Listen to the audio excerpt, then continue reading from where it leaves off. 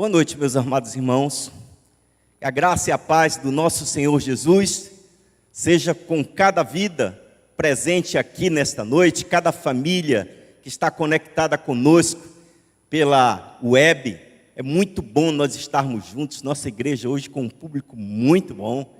Sejam todos bem-vindos, vocês que sempre estão aqui aos domingos, você que esteve um tempo sem vir, esperando tomar a segunda dose da vacina, está aqui com a gente, e você que está vindo aqui pela primeira vez, também você é muito bem-vindo neste lugar.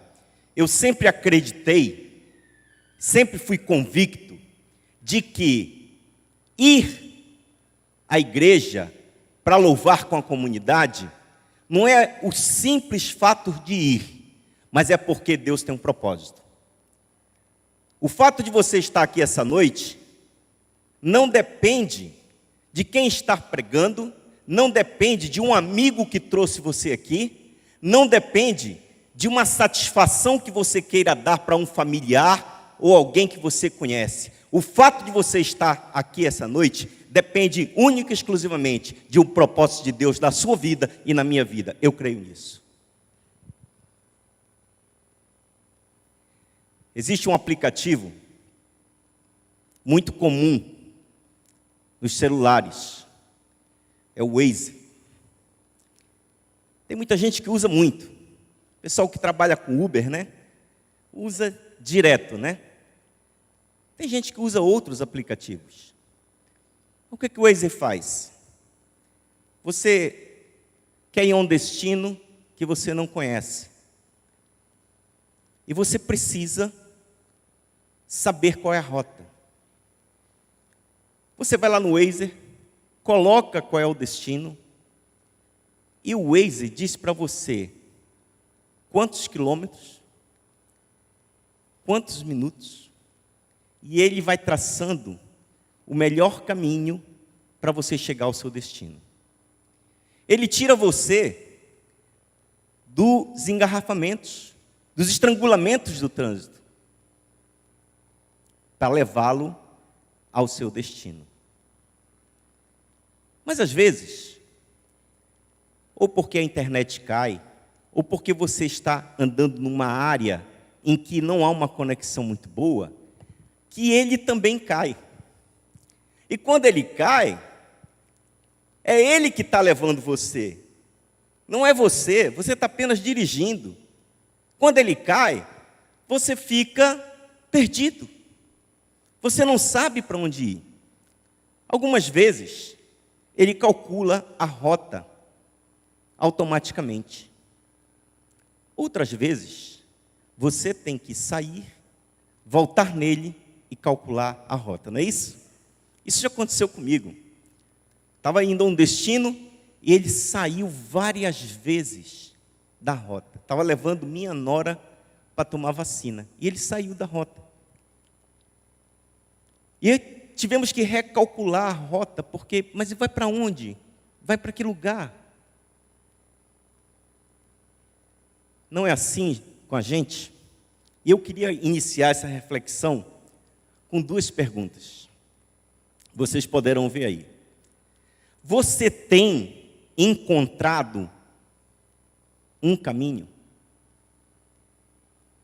Você, cristão de muitos anos, cristão recente, você que não costuma frequentar uma igreja ou não costuma seguir a Jesus Cristo, você tem encontrado um caminho? Você tem se sentido perdido no caminho que você está traçando? Você tem a certeza que o caminho que você está traçando é um caminho certo, é um caminho seguro, é um caminho correto?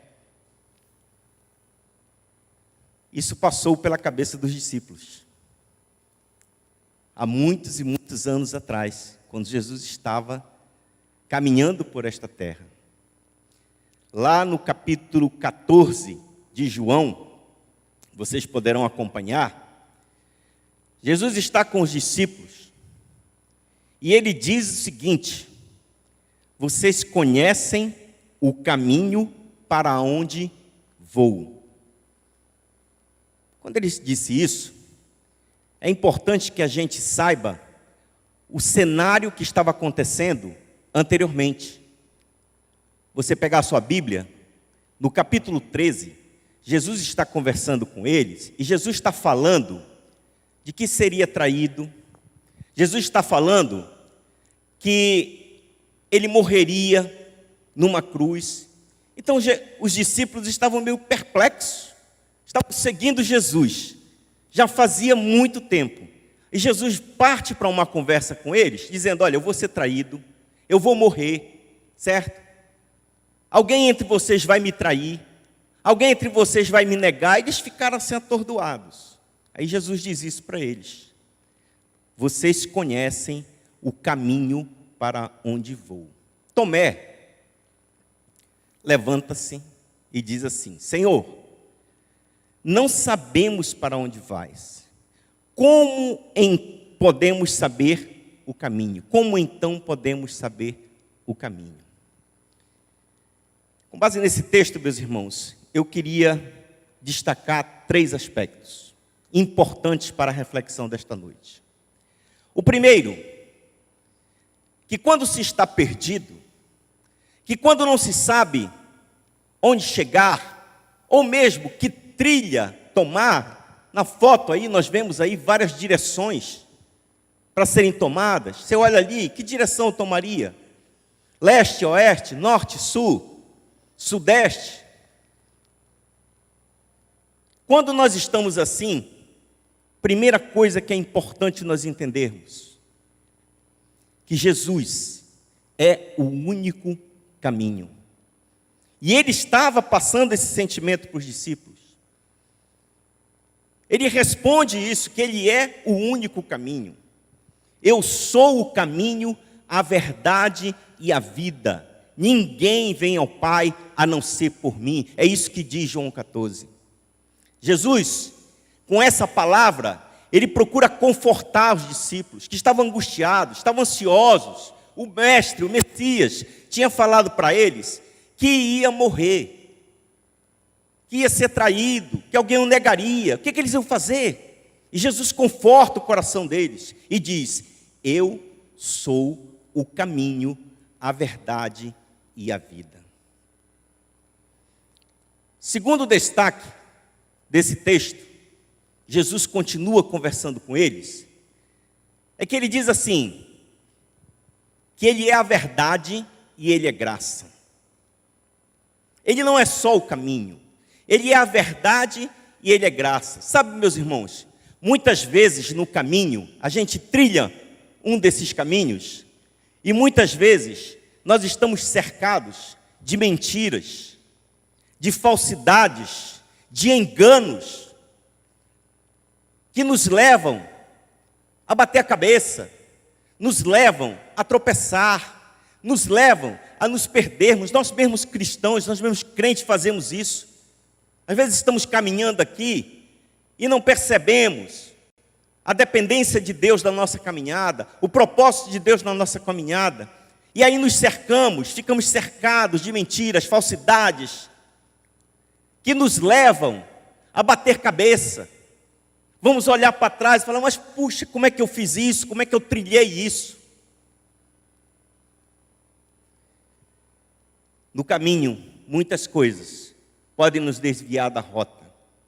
Mas Jesus vem e diz em João 8,32: e conhecereis a verdade, e a verdade os libertará.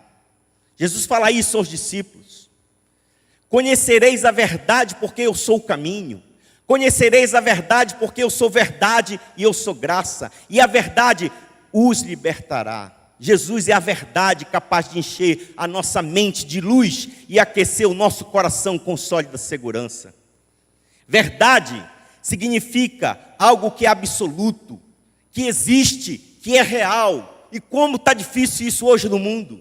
Como está difícil isso hoje nas relações familiares, nas relações de amizade, nas relações de trabalho. Verdade. Quanto falta verdade nesse mundo. E Jesus diz: eu sou a verdade, eu sou graça e eu sou o caminho que o leva a um porto seguro. Jesus é Deus, Ele é real, Ele sempre existiu e Ele sempre vai existir. Não existe falsidade em Jesus Cristo. Jesus é a verdade que nos liberta do poder do pecado. E o pecado, meus amados irmãos, corrói a nossa vida. Os irmãos forem lá na beira-mar, tem uns restos de um navio que naufragou. Está tudo sendo corroído por aquela corrosão, aquela maresia. O pecado faz isso com as nossas vidas. Ele vai correndo, vai destruindo. O inimigo das nossas vidas fica satisfeito com isso. Quanto mais pecado, mais o inimigo satisfeito, mais entristece o coração de Deus. E Deus vem e diz: eu sou caminho, eu sou graça e eu sou verdade.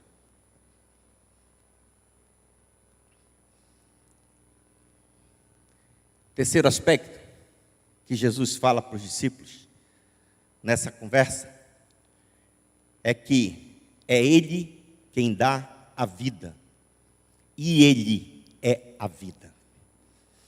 Ele não é só o caminho, Ele não é só verdade e graça, Ele dá a vida e Ele é a vida. Foi Ele que soprou o fôlego nas narinas de cada um que estão aqui, nas nossas narinas. Ele é a vida que satisfaz. Ele é a vida plena.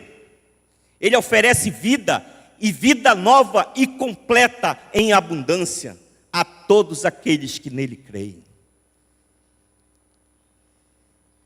Vida é algo precioso que Deus nos deu. E vida no caminho de Jesus é vida no caminho com verdade. É vida no caminho experimentando graça de Cristo Jesus em nossas vidas. Existe uma história na Bíblia que mexe muito comigo. Todas as histórias da Bíblia que trazem encontro com Jesus Cristo, elas mexem muito comigo. Todas as vezes que eu as leio, meu coração palpita muito forte. Já cheguei a chorar muitas vezes, lendo ou vendo histórias de encontro com Jesus na Bíblia. E existe uma história que eu trouxe essa noite aqui. A história de uma mulher condenada por ser pega em adultério. Os fariseus pegam esta mulher, julgam e a condenam. E arrastam essa mulher para o local onde Jesus estava ensinando o povo. Jesus estava no templo ensinando o povo. Eles arrastam essa mulher porque eles queriam pregar uma armadilha em Jesus. Eles queriam pregar uma armadilha naquele que incomodava Roma, o Império Romano, naquele que incomodava os religiosos daquela época, os fariseus daquela época. Porque aquele que incomodava porque falava em verdade, porque falava em graça, porque anunciava o único caminho que era ele. Não era Roma, não era o Império Romano, e nem eram os fariseus. Eles pegam aquela mulher e levam até o templo. Quando chegam no templo, eles testam Jesus e dizem para ele: e aí, Jesus? Joga uma bola, né? Esta mulher aqui está condenada por ser pega em adultério. O que o senhor vai fazer? Respeitam Jesus. Você já se viu peitado? Você já viu alguém chutar a bola nos seus peitos assim em determinada situação? Para você decidir? Pois eles fizeram isso na época, jogando uma armadilha para pegar Jesus. E jogam nos peitos de Jesus. E aí? Perante o povo aí. Está aqui ela. Estamos com as pedras na mão. Ela tem que ser apedrejada. E aí, o que o senhor diz? A gente vai assistir isso agora. Eu volto já. Bíblica diz que Jesus se volta para os fariseus e para o povo e diz: quem não tiver pecado, que atire a primeira pedra. Quem não tiver pecado, que atire a primeira pedra.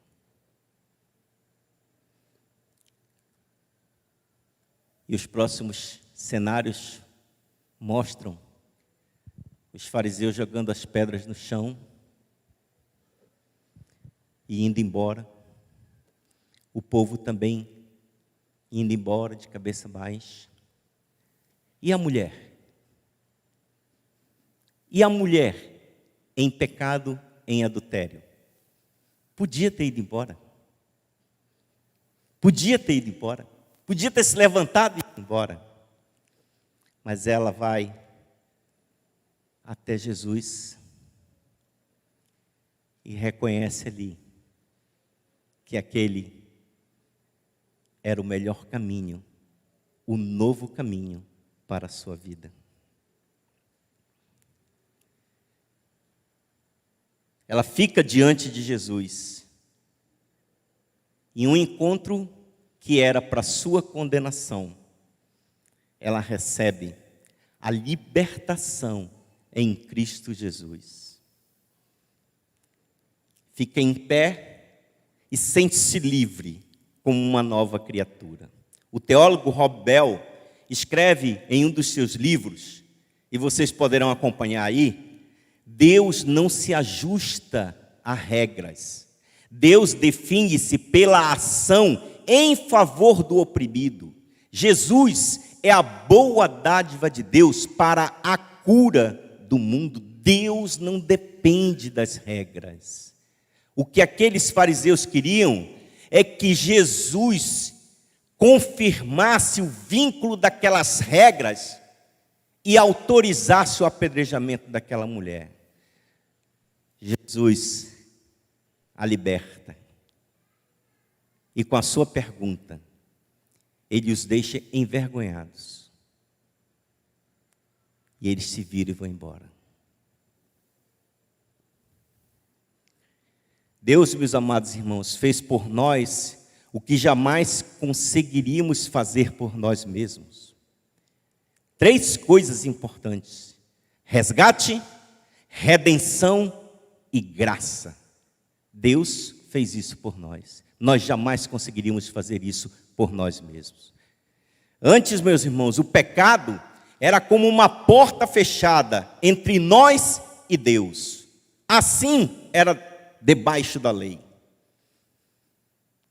Com a nova aliança proposta por Jesus Cristo, oferecida por Jesus Cristo, na cruz, Jesus abriu a porta, deixando aberto o caminho para Ele. Ele é o próprio Deus. Jesus eterno e compassivo conosco pelo que somos, não apesar dos nossos pecados e culpas, mas com eles. Jesus não é eterno apesar dos nossos pecados, mas com eles. Ele olhou para aquela mulher do jeito que ela estava e a libertou da condenação para uma vida nova. Jesus não retém seu amor por haver maldade em nós. Muitas vezes não acreditamos nisso.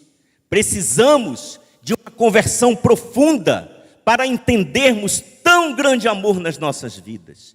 Tão grande amor, mesmo diante das nossas maldades, mesmo diante das nossas imperfeições, mesmo diante dos nossos caminhos tortuosos, caminhos defeituosos. Às vezes eu faço coisas que eu digo: Jesus, estou entristecendo o teu coração. Tem misericórdia da minha vida. E sinto um Jesus sem julgamento, sem condenação. Um Jesus vindo e trabalhando o refrigério, o renovo, o enchimento da sua vida pela presença do Jesus caminho, do Jesus verdade e do Jesus vida. Precisamos deixar de ser cristãos apenas de fachada, andando em caminhos de pecados, mentiras, fantasias e falsidades, porque a quem acreditamos, quem seguimos, é um Jesus de verdade. Nossa vida cristã muitas vezes é apenas de fachada. Precisamos, como disse o nosso pastor numa de suas pregações, precisamos tirar a capa. Precisamos ser nós mesmos, diante de um Deus que nos criou para sermos luz no mundo, sal da terra e levarmos a verdade que é Jesus Cristo. Precisamos, meus irmãos, expor as nossas feridas. Muitas e muitas vezes não queremos fazer isso. Expor para sermos conectados na nova rota, na rota certa, deixando Jesus curá-las, sermos apaixonados por Jesus Cristo. Você é apaixonado por Jesus, meu irmão? Você tem paixão por Jesus Cristo? Pois saiba, Ele não só tem paixão por você, como Ele o ama profundamente. Independente do que você possa estar vivendo hoje, nesta hora, neste lugar.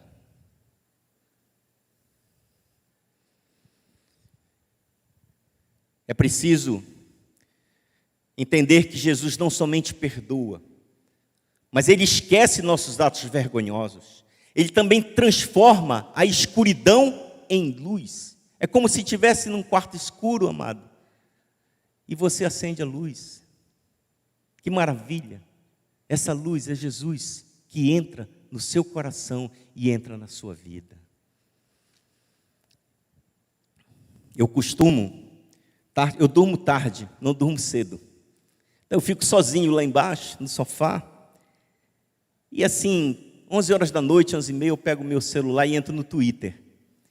E eu gosto de ver algumas coisas. E outro dia eu estava assim, já era meia-noite, e uma jovem, eu falo que é jovem porque ela colocou, tenho 18 anos.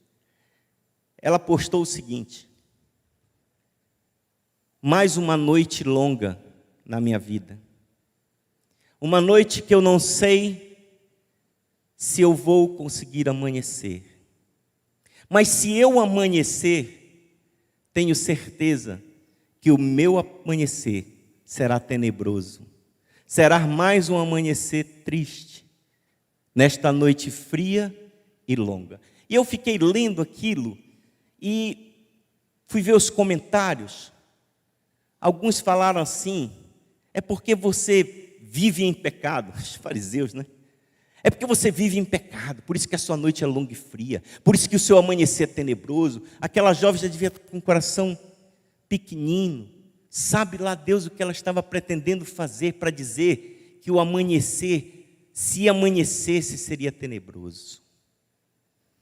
Que bom, meus amados, que a gente tem o bálsamo da água da vida. E eu coloquei lá no meu comentário, que bom que a gente pode dizer: eu creio que vai amanhecer, e quando a noite vier, não temerei, confiarei, porque sei que tu estás comigo, meu Senhor. Nós temos essa palavra em Cristo Jesus, a quem nós seguimos. Eu creio que vai amanhecer. Eu posso dizer isso. Eu creio que vai amanhecer. E quando a noite for passando, eu sei que tem alguém que está velando por mim, cuidando de mim. Ele é o meu Redentor, o meu Salvador. Glória a Deus por isso. João 8,12. Eu sou a luz do mundo, diz Jesus. Quem me segue nunca andará em trevas, mas terá a luz da vida. Eu sou a luz do mundo. Você quer dizer uma coisa para alguém? Diga: Jesus é a luz do mundo, e Ele quer que essa luz resplandeça na sua vida. Ele não quer julgá-lo, Ele não quer condená-lo. Meus irmãos, uma coisa terrível é o julgamento que nós fazemos de nós mesmos. Quando nós mesmo nos julgamos, Jesus vem e fala: amado, querido, filho meu, Jesus chama de filho. Você não precisa fazer esse julgamento. Você precisa somente crer que eu sou o Senhor e Salvador da sua vida, que eu sou o único caminho. Portanto, levanta-te dessa situação, vai e não peques mais. Uma confissão muito simples é: Jesus é Senhor, o único Deus em todos os aspectos da vida. Foi com essa confissão, meus amados, que os discípulos mudaram o mundo, dizendo de porta em porta: Jesus é Senhor, o único Deus, o único Deus. Ele não é um Deus, ele é o único Deus. Confissão e arrependimento andam juntos. Confessar a Jesus é um ato de dignidade, de amor, de louvor ao Senhor. Eu confesso, Senhor, aquilo que eu tenho feito e que não tem agradado o teu coração. Eu confesso, Senhor, que nesse caminho eu estou cercado de tanta mentira, de tanta falsidade, de tanta coisa que corrói a minha vida. E eu me arrependo. Confissão e arrependimento andam juntos diante do Senhor e agrada o coração de Deus e enche o coração de Deus de alegria, porque Deus nos ama independente da situação em que estamos vivendo. É no caos que o sobrenatural de Deus age. É no caos que o sobrenatural de Deus age.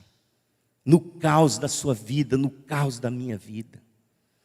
Deus vem e faz uma obra que você nem acredita. E o vento do Espírito faz algo na sua vida tão tremendo, tão sobrenatural, que você não acredita.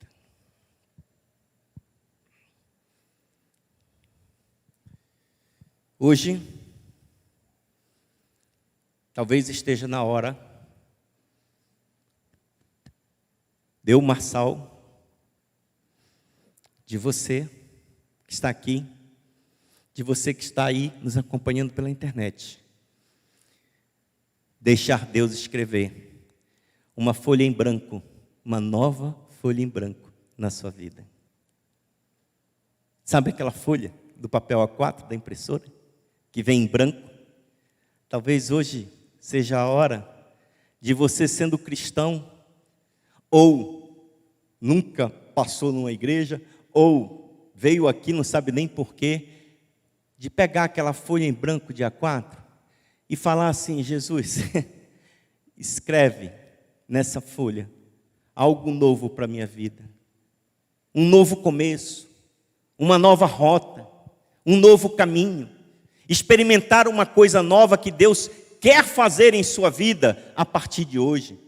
Não ter medo de deixar sua zona de conforto para mergulhar nas águas da fé. Às vezes a gente tem medo, né? Às vezes a gente faz uma dinâmica aqui, aí é distribuído uma folha em branco. Escreva aí. Nos cursos às vezes tem isso, espiritualize, dia a dia com Jesus. Escreva aí algo que... Aí vem um negócio aqui, na gente, escrever algo que vem daqui. Pois, querido, o convite que vem essa noite de Jesus é que você deixe Jesus escrever na sua folha em branco uma nova história, um novo começo. E isso traz uma alegria para a sua vida. Porque, meu amado, me permita, ao finalizar essa reflexão, compartilhar com você das tantas experiências que eu já tive com Cristo Jesus, uma que marcou a minha vida para sempre. Eu estava num caminho totalmente perdido. Eu estava num caminho que, posteriormente, eu fiz uma reflexão, ele me levaria à morte. eu não estaria aqui hoje. E um dia, meu amado, eu estava sentado, como você está aí, numa igreja. Uma igreja estava lotada, estava linda a igreja. E eu estava sentado lá. O pregador tinha falado desse amor. O pregador tinha dito que eu não precisava me preocupar com o estado em que eu estava. E o estado em que eu estava era um estado que deixava o coração do meu Deus triste. E o pregador disse que não precisava eu me preocupar com isso. Que havia alguém que me amava de tal maneira que dizia para mim: vem, Marçal, como estás? Vem, filho amado, como estás? Porque eu sou teu Deus. Eu vou te carregar no colo. Eu vou te carregar nos braços. E aquilo foi enchendo meu coração. Aquele pregador não fez nenhum tipo de convite, não fez nenhuma palavra de tipo assim, vem aqui. Não, ele terminou a pregação e pediu que fosse cantado um cântico. O cântico falava que a paz que enche o nosso coração é a paz que Jesus traz, invade o nosso ser. E aquilo invadiu o meu ser.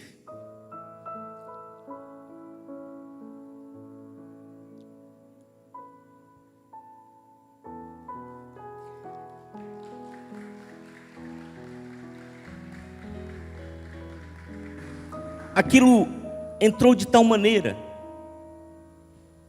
que eu sentia como tudo aquilo que estava corroendo a minha vida, Jesus estava vindo e passando uma borracha e dizendo: arrependa-se, Marçal, confesse Jesus como Senhor da sua vida.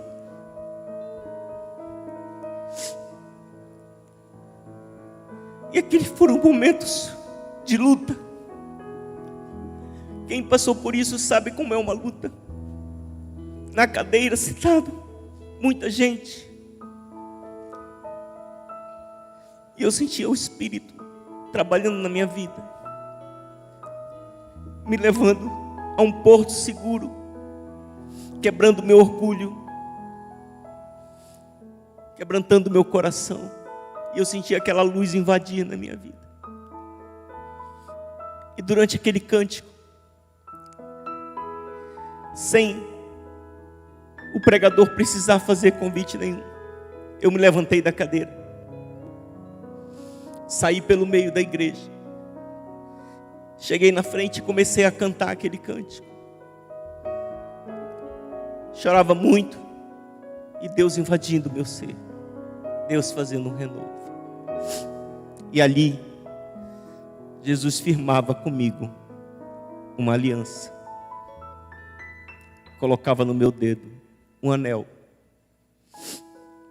falando: meu filho, eu estarei nas lutas contigo, e daqui para frente estarei lutando por ti, para que tu não te desvies, nem para a direita e nem para a esquerda. Dali em diante eu fui para um hospital, fiquei quase um mês internado, quase morri, mas eu tinha certeza que eu não ia morrer, porque ali estava Cristo Jesus segurando na minha mão para uma nova caminhada, um novo viver, um novo começo. João 14. Não se perturbe o coração de vocês. Creiam em Deus, creiam também em mim. Convite essa noite independente da maneira como você vai recebê-lo. Se você vai sentir o que eu senti, ter vontade de cantar isso aqui da frente, sinta-se livre para isso. Se você quer ficar sentadinho no seu lugar, deixar Deus invadir seu coração, sinta-se livre para isso. Do jeito que você achar melhor, do jeito que Deus estiver ardendo no seu coração.